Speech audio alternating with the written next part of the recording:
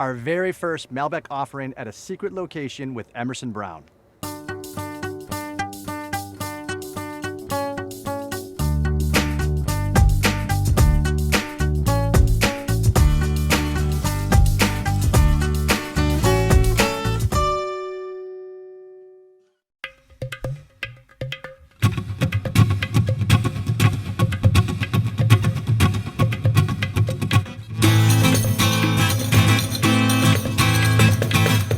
So, Keith Emerson of Emerson Brown, tell me a little bit about how the company got formed and how you got into wine. Absolutely, yes. So Brian Brown and myself, Keith Emerson, that forms Emerson Brown, creative name, of course. We came up with this partnership in 2005. Brian was working with me at Vineyard 29, my day job, if you will. We created the Emerson Brown label, the Emerson Brown brand, and the rest is history, if you will. Since then, more recently, we've hired on another partner as well, Stephanie DeMasi. So pretty exciting. Now it's a three-person show.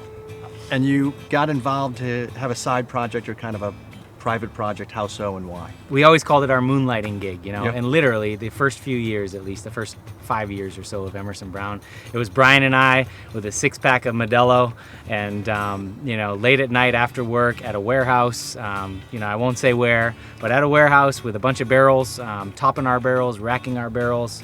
Just doing it old school. And so how did you decide, and what varietals and grapes did you decide, hey Brian, we need to do this, I have a passion for this, and you don't make a lot, so. No, we don't make a lot, we're limited quantity, less than 1,000 cases total. The Oakville Cabernet Vineyard really sang to us, and that was the whole start of it all. It was just a choice site. 2005 was a pretty Huge, high production yeah. year. And it was available to us. From there, we've kept a long-term contract. We've never switched vineyards. It's been the same Cabernet since 2005, the same single vineyard, Oakville Cab. And since then we've started a Malbec from that same vineyard. Now, why Malbec? Brian, he took a trip to Argentina in 2007, I want to say, and he came back all just gung-ho about Malbec. And so we both sat down, we ordered, we bought a ton of wines and compared and contrasted from multiple countries, Argentina especially, but other countries as well.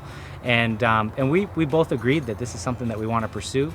And so we planted it at our Oakville vineyard. As you start to grow, and I know you're at around 1,000 cases, but what excites you about the future of taking something from 2005, a nice private, tiny little label? Yeah, and I think we did 100 cases that year, 120. And now you're 10 times that. So what does the future hold in the next couple of years, and what excites you about it? So we still want to stay small, and we still have our day jobs. With Stephanie coming on board, it's really opened up other channels, and so we're excited to get a new group of consumers tasting our wines and more familiar with our wines. And so with that, we can only grow. We're certainly not going to downsize. We're going to grow, but we're going to do it moderately and carefully, and stay a very small producer. But grow, So I know giving back is very important. So explain to us what we're doing here and how Cellar Angels fits into that model and how it resonates with you. Well, giving back, is something that Chuck McMinn, my boss at Vineyard 29, what he's kind of instilled in me and taught me is he's just always giving back to the community. I really believe that it's important and want to give back. Yeah, absolutely. Perfect. What an absolute honor to actually meet the person making some great wines and have access to his own private project. Thanks so much for all your support.